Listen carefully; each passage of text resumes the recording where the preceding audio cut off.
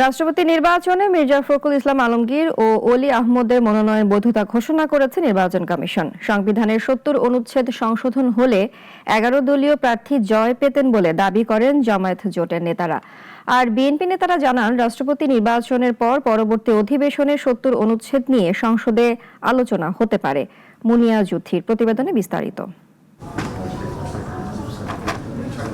১৯৯১ সালের পর এবারই প্রথম রাষ্ট্রপতি পদে সরাসরি ভোটের প্রয়োজন হচ্ছে। শিডিউল অনুযায়ী আজ ছিল রাষ্ট্রপতি নির্বাচনের যাচাই বাছাইয়ের দিন।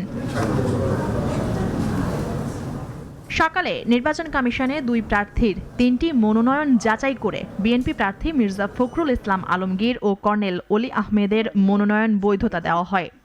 ডক্টর অলি আহমেদ স্যারের দুইটা মনোনয়নপত্র পেয়েছিলাম, আর মির্জা ফখরুল ইসলাম আলমগীর স্যারের জন্য একটা পেয়েছিলাম। তো ডক্টর অলি আহমেদ বিক্রম স্যারের জন্য মনোনয়নপত্র সকালে বাছাই করা হয়েছে। প্রথমটাই বাছাই করে যথার্থতা পাওয়া গেছে, কাজে সেটাই আপনার গৃহীত হয়েছে।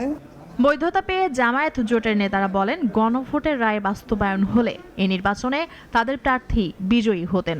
আবারও ৭০ অনুচ্ছেদ সংস্কারের দাবি জানান। প্রায় ৩০-৩৫ বছর পরে নির্বাচন হচ্ছে, গণতান্ত্রিক ধারাবাহিকতাটা বজায় থাক, এটা আমরা চাই। এবং এই বিষয়টি আরও সুন্দর হতো যদি সংবিধানে একটি বাধা না থাকতো। আপনারা সকলেই জানেন, সংবিধানে ৭০ অনুচ্ছেদ থাকার কারণে সংসদ সদস্যগণ স্বাধীনভাবে ভোট দিতে পারবে না।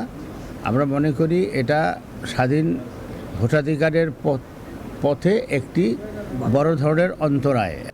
বিএনপি স্থায়ী কমিটির সদস্য জানান, ২৩তম রাষ্ট্রপতিকে স্বাগত জানাতে প্রস্তুত বিএনপি। এক প্রশ্নের উত্তরে তিনি বলেন, ৭০ অনুচ্ছেদ নিয়ে সংসদে আলোচনা হতে পারে।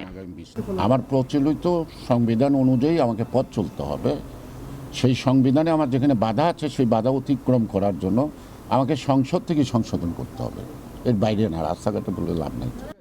আগামী ২০ আগস্ট ২৩তম রাষ্ট্রপতি নির্বাচন অনুষ্ঠিত হবে। এর আগে ১৮ আগস্ট বিকাল ৪টায় প্রার্থিতা প্রত্যাহারের শেষ সময়। ভালো থাকবেন। মুনিয়া জুথি, নাগরিক, ঢাকা।